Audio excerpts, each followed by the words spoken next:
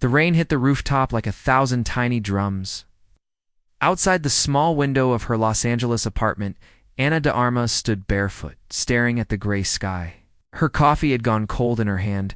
She didn't care. She hadn't touched it. Anyway, the script lay untouched on the table behind her. Another role she didn't believe in. Another version of herself Hollywood wanted to sell. She was tired. Not the kind of tired that sleep could fix, the kind that wrapped around your bones. Whispered that you weren't enough and made your heart feel like a heavy stone. She hadn't told anyone yet, not even her agent, not even her mother back in Cuba. But inside her chest, the decision was already forming. She was going to quit. No press release. No long letter. Vanish.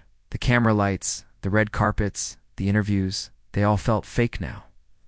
Forced. Every smile felt like a lie. Every performance like a mask. And worst of all, she didn't feel seen anymore. Not really. Not for who she truly was. Just for the roles, the beauty, the moments the world wanted to post. And forget. Then came the knock on her door. Soft, unhurried, familiar. She didn't want company. But something told her to open it when she did. She saw him. Keanu Reeves stood there in a plain black hoodie, his hair damp from the rain. And in his hand, not flowers, not a script, not a bottle of wine, but an old book. Ow. One she had once told him she loved during a break between scenes 2 years ago. She stared at him, stunned. "You looked like you needed a good story," he said quietly, holding the book out. She didn't know what to say. He'd always been kind, always soft-spoken, always a little mysterious. But this felt different. He stepped inside without pressure, just with presence. He placed the book on the table, looked at the untouched script, then back at her. His eyes didn't judge. They understood. "You want to disappear?" he said, not as a question, but as a knowing truth. Ana felt something catch in her throat. A lump that had been there for days, maybe weeks. "I'm just tired," she whispered. Keanu nodded slowly, pulling out a chair and sitting down like he had all the time in the world. "Tired doesn't mean broken," he said softly. "It just means you've been strong for too long." Those words, they didn't fix anything, not right away. But they cracked something open. For the first time in weeks, she sat down across from someone and didn't pretend. She didn't wear a smile. She didn't give an answer that would sound good in a magazine. Instead, she said, "I don't know who I am anymore." And Keanu, with the same quiet stillness that made directors stop and listen, replied, "Maybe it's not about knowing who you are. Maybe it's about remembering who you were before they told you who to be." Ana looked at him, then really looked. And something inside her began to shift. It was small, like the flicker of a candle in a dark room. But it was there, a moment of truth. They talked for hours that night. Not about Hollywood, not about fame, but about small things. Quiet things, about her grandmother's songs, about the beach in Havana. About the book he brought and the reason he never threw it away, because someone once read it to him when he was at his lowest. Too, he didn't tell her what to do.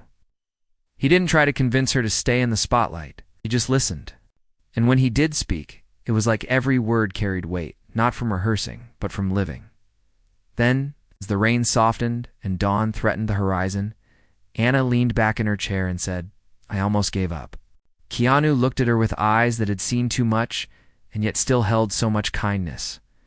Then he whispered a line she would never forget. A line that wrapped around her heart and made her blink away tears she hadn't let fall in months. "Don't throw away your light. It's because others forgot how to see it." And in that moment, something changed. Not everything. Not all at once. But enough. Enough to make her hold the book he gave her close to her chest. Enough to make her open the window and let the morning air in. Enough to make her believe, just for a second, that maybe she still had something left to give. And sometimes a second is all it takes. Ana didn't sleep that night. Not because of stress, not even because of sadness, but because something inside her had shifted. It wasn't loud. It didn't scream. It whispered. She sat on the floor, wrapped in a blanket, Keanu's book resting on her knees. She had read the same page 4 times. Not because it was hard to understand, but because it said something her heart wasn't ready to hear before. Your soul is not tired because of the path, the line read.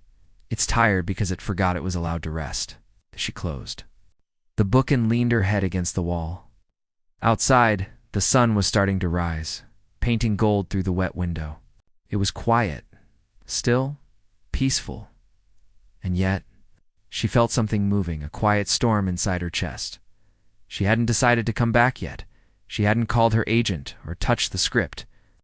But she also hadn't deleted the number she almost dialed to quit everything the night before. And that felt like something. The next morning, she heard her phone buzz. A text from Keanu. Coffee. No pressure. Just a quiet place. Same cafe. Jodan, she stared at the message for a long time. That cafe was their old spot. A little place tucked into a corner of Law, far away from tourists and flashing lights. It was where they used to meet during long shooting days, where they once laughed over bad tea and even worse dialogue, where they once shared silence that never felt awkward. Anna picked up her jacket, slipped on her shoes, and left without brushing her hair. She didn't need perfect, she just needed real. He was already there when she arrived, sitting by the window with a small cup of black coffee, his fingers tracing the rim of the mug like he was lost in thought. He looked up as she walked in and smiled. Not the Hollywood smile. The real one.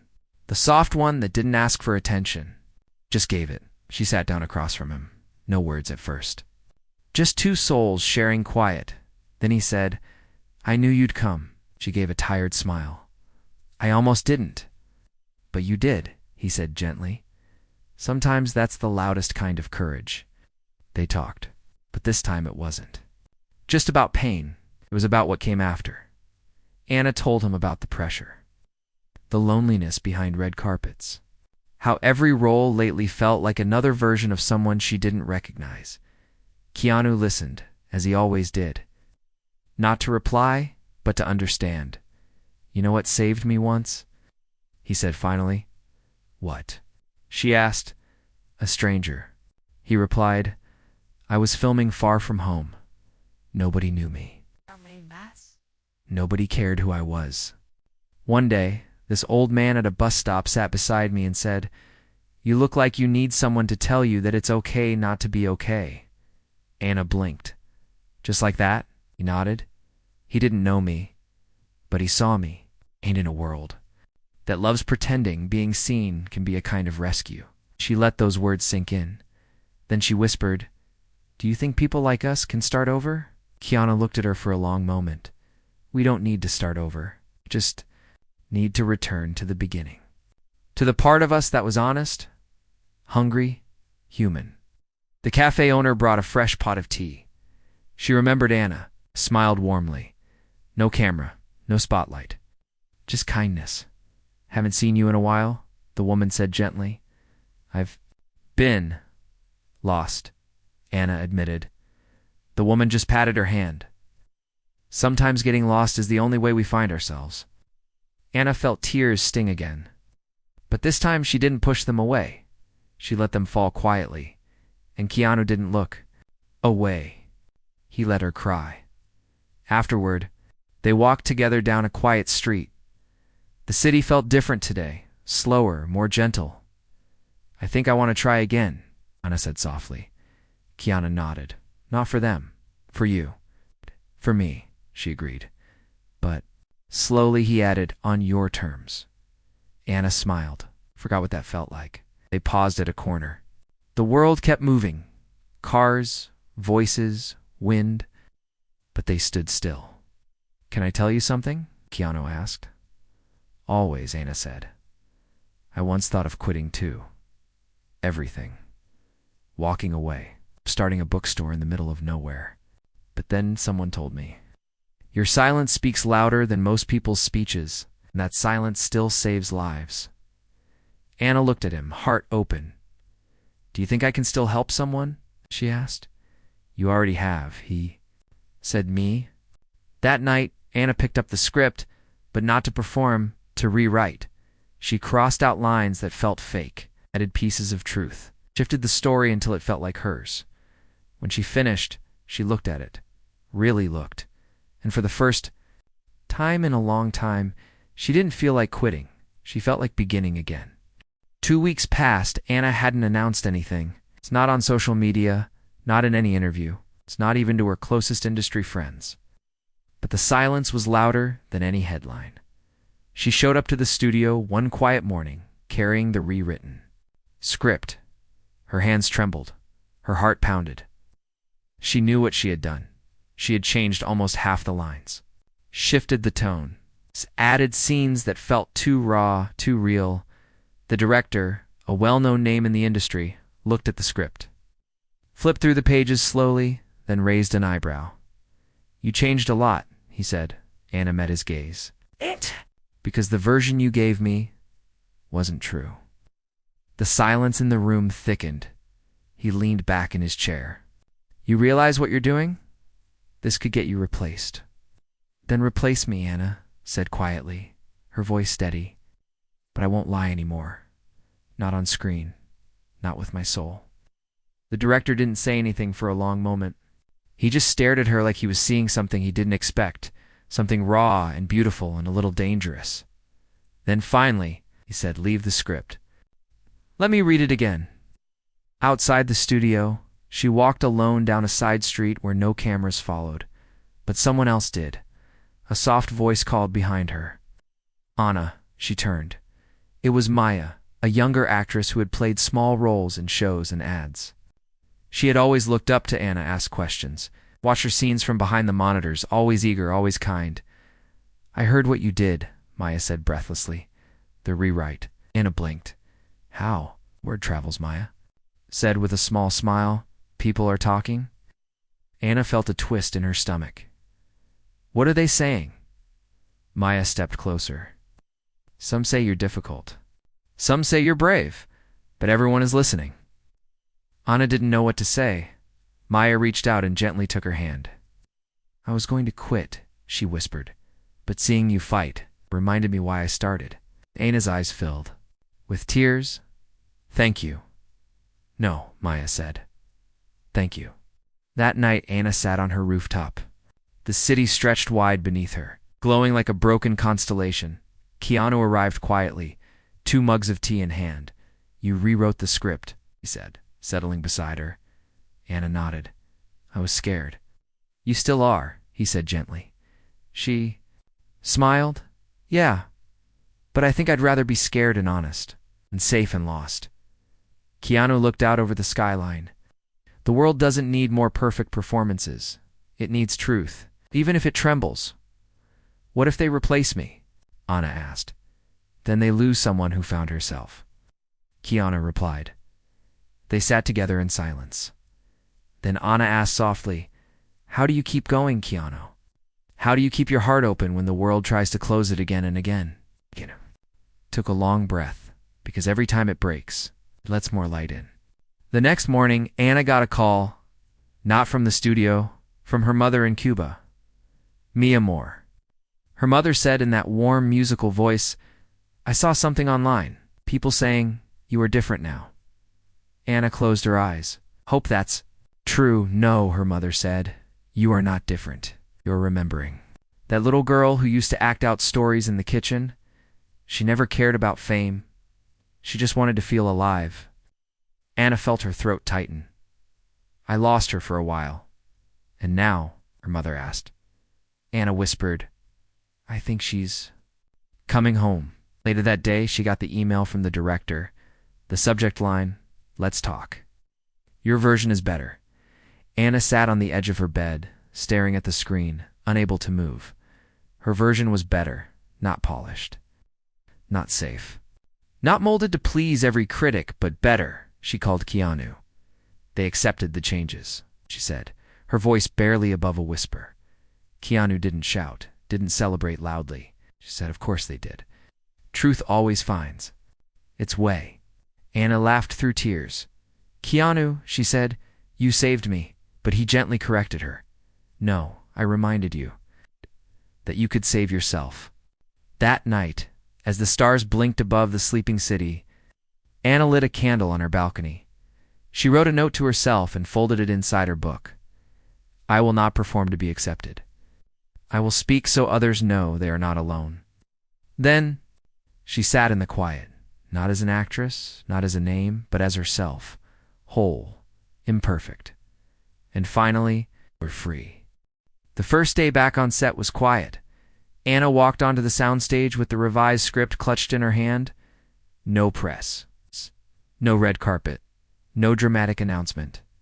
Just her, raw, steady, nervous, but ready, as she stepped under the lights. Every crew member turned to look, not with judgment, but with curiosity. They had heard the rumors. They knew about the rewrites. They were waiting to see if the actress they once called flawless would crumble or rise. Anna didn't smile. She didn't perform. She just breathed. And then she began. Her first scene was one of pain. A woman breaking down quietly in a dimly lit kitchen, surrounded by silence. Holding a letter she couldn't bring herself to open. The words were hers. The emotion was hers. It wasn't acting. It was memory. Halfway through the take, the cameraman lowered the camera and wiped his eyes. The sound technician forgot to call for a reset. The director whispered, "My God," without meaning to, when the scene ended. No one clapped. They just stared. Anna stood there, tears still drying on her cheeks. Then the director stepped forward and simply said, "That was real, and keep it." Outside, during a short break, Anna sat alone beneath a shade tree near the edge of the lot. Keanu walked up with 2 cups of tea, as he always did. "You were incredible," he said, handing her the warm mug. Anna shook her head gently. "I was scared the whole time." Keanu smiled softly. "That's how you know it matters." She looked at him then. He looked. "Can I ask you something?" "Of course," he said. "How did you learn to trust yourself again?" Keanu sat beside her, thinking for a moment. Then he said, "By failing in front of the right people." Anna frowned. "What do you mean? The world will always want to see you polished, perfect. But the ones who really care, they'll still believe in you when you fall apart. Those are the ones who matter." She took that in quietly. "And you?" She asked, "Have you ever fallen apart?"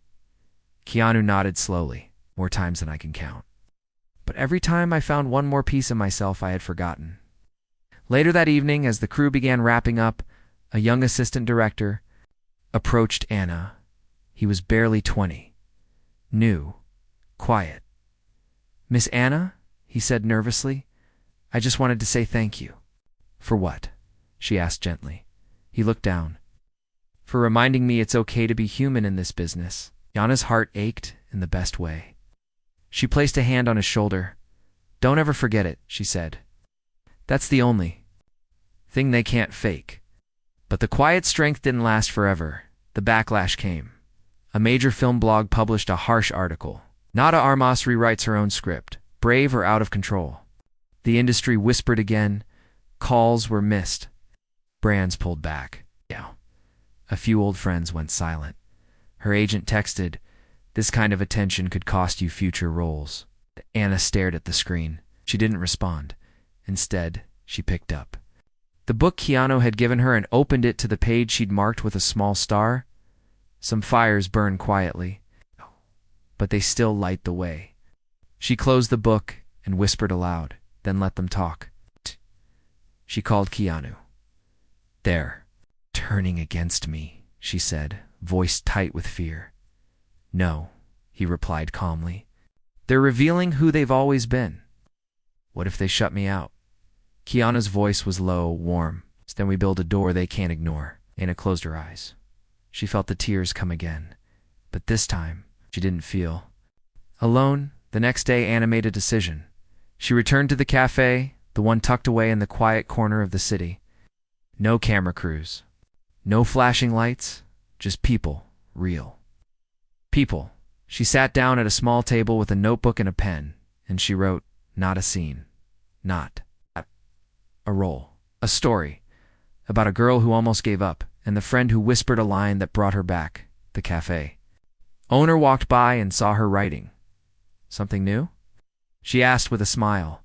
Anna looked up, sunlight spilling through the window onto her notebook. "No," she said softly. "Something true." As the sun began to set, Keanu walked in. He saw her from the doorway, head bent over the page, his eyes soft and steady. He didn't say anything at first, just stood there watching the woman who had once been ready to walk away, now writing again, breathing again, becoming again. And as she looked up and saw him standing there, she smiled. The real kind, the kind that says, "I'm still here. And I'm not done yet." Anna didn't plan for her story to go public. But one night, while she was still editing her handwritten draft at the cafe, a girl at the next table noticed her. She had soft eyes, curly hair, and a laptop covered in stickers. She kept looking, over, quietly curious. Finally, the girl asked, "Are you Ana de Armas?" Anna smiled politely, "Yes." The girl hesitated, then said, "I don't mean to bother you. I just wanted to say, your latest scene, the kitchen one, it saved me." Anna froze. "You looked exactly how I felt inside," the girl whispered, "and when you broke down on camera, I realized it was okay to feel that way too." Anna blinked back tears. She reached across the table and gently squeezed the girl's hand. "Thank you," she said. "You just reminded me why I still do this." The next day, the girl posted a short message on social media. "Met Ana de Armas at a cafe. No makeup. No press. Just a human being." She said the kindest words. She's not just acting anymore. She's living the truth. And that's rare. By morning, it had over 500,000 shares. People around the world began posting their own stories. I cried watching her last scene. It felt like she was speaking for me. She's showing what it really means to be human in this industry. This is what art should be, healing, not hiding. Yana didn't post anything in return, but she read every word, and slowly, the fear that once clung to her heart began to loosen. At the same time, the studio called not to cancel, but to offer something she hadn't expected. "We want you to help shape the final edits," the director said over the phone. "Your voice made this film real. We'd be foolish not to include you." Anna sat in silence, phone pressed to her ear, heart pounding. "You're serious?" she asked. "Completely," he replied. "This isn't just a film anymore. A message, and it only works if your truth stays in it." For the first time in her career, Anna walked into the editing room not just as an actress, but as a storyteller. She sat with the editors, watched every frame, gave notes, shared quiet thoughts. Some scenes she let remain untouched. Others she helped reshape. Not to make herself look better, but to make the emotion feel real. Keanu stopped by during one of the sessions. He watched a rough cut in silence. When the lights came back on, he said just one thing: "This will outlive all of us." Anna didn't say anything. She just smiled. But not everyone celebrated. An industry panel made of producers, critics, and executives released a harsh comment. Actors should act. They are not directors. They are not writers. This overreach from Ana de Armas sets a dangerous example. Anna read the words late at night, alone, curled up in bed with a notebook open beside her. She closed her eyes, took a deep breath, and whispered aloud, "I'm not here to set an example. I'm here to tell the truth." She opened her notebook and wrote down one line. "They fear what they cannot control, but they'll never silence what's already been spoken." The premiere date was announced. The studio made a bold move. No red carpet, no flashing lights, just a theater. Seats filled with people from all walks of life. Nurses, teachers, mothers, college kids, janitors, actors, everyday souls, people who had written to Anna, people whose hearts had been changed. Anna arrived in a simple black dress. Her hair down, no bodyguards. Keanu walked beside her, no tuxedo. Just a soft smile and that quiet calm that always followed him. When Anna stepped onto the small stage to introduce the film, she paused for a moment, staring at the crowd. "This isn't just a movie," she said softly. "This is what happens when someone almost gives up and then chooses not to." The audience sat silent. Then she added, "I didn't come back for fame. I came back for feeling, and I hope tonight you feel something too." As the lights dimmed and the first scene began, Yana sat beside Keanu in the back row. She reached over, found his hand in the dark, and held it, not because she was afraid, but because she finally understood the truth. She had lost herself. So, she could find something deeper, and now, that light inside her, the one nearly extinguished, was shining for others too. The film ended in silence. Not the kind of silence that feels empty, but the kind that holds something sacred. Anna sat frozen in her seat as the credits rolled. She didn't move, didn't blink, didn't breathe for a moment. People weren't rushing to leave. No one checked their phones. No one stood up. They sat there, still, holding the weight of what they had just seen. Then slowly a woman in the front row, elderly, soft-eyed, holding a tissue in her hand, stood up and began. 2 clap. Others followed. Not loud, not dramatic, just honest applause. Quiet and steady, a thank you in sound. Anna stood when the lights rose, her eyes glassy. Keanu touched her shoulder gently. "You did it," he whispered. "We did," she replied. After the premiere, something unexpected happened. The film didn't break box office records. It didn't win early awards, but it started something deeper. Messages poured in, thousands from across the world. Not just fans, survivors, teachers, artists, parents. Lonely souls who said, "This story helped me keep going." One message stood out. "I was ready to end everything, and I saw your kitchen scene. It cracked something open, and I stayed." Anna read that line again and again, hands shaking, and I stayed. Those 3 words were worth more than any statue. Keanu and Anna sat together one evening on her balcony. The city was calm below them. She had a small candle burning beside her, the same one she had lit after finishing her book draft. Its wax was nearly gone now. "It's strange," she said. "I used to think success was about being everywhere, being seen by everyone. And now?" Keanu asked. Anna smiled. Gently. "Now, I think it's about being seen by the right ones, even if it's just one." Keanu nodded. "Sometimes the quietest stories echo the loudest." She turned to him. "Thank you for showing up for that book, for your words. I was on the edge." He looked into her eyes. "You weren't on the edge. You were on the beginning." Anna blinked slowly, and "the line you whispered that day," she said, voice low. "I wrote it down. I think I'll carry it forever." Keanu's smile softened. Then it did what it needed to. Months passed.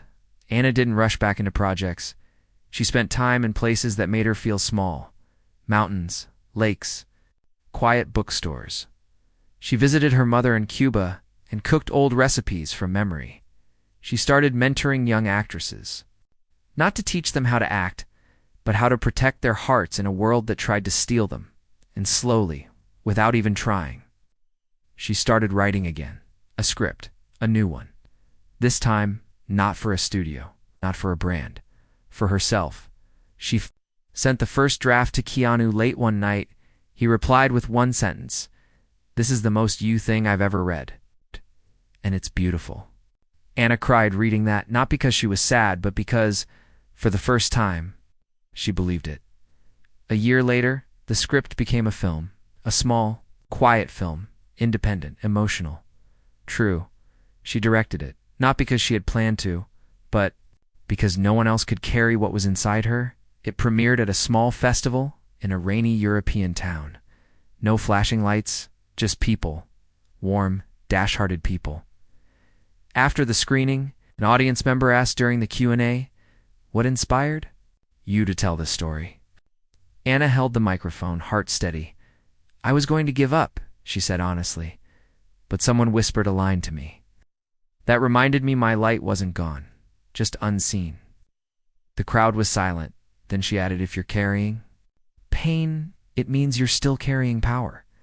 Don't let the world take that away." Afterward, she stepped off stage and found Keanu waiting in the corner. Quiet as always, they didn't say anything for a long time. Just stood there. Then Anna said, "Do you ever think about how different things would have been if you hadn't knocked on my door that night?" Keanu looked at her with kind eyes. I think about how many people you saved because you answered." Anna breathed deeply. In that moment, she felt everything: the pain, the fear, the fire, freedom, and she smiled. Not the smile of someone performing, the smile of someone free. She once almost quit, but now is for more alive than ever. Not because the world loved her again, but because she loved herself enough to stay.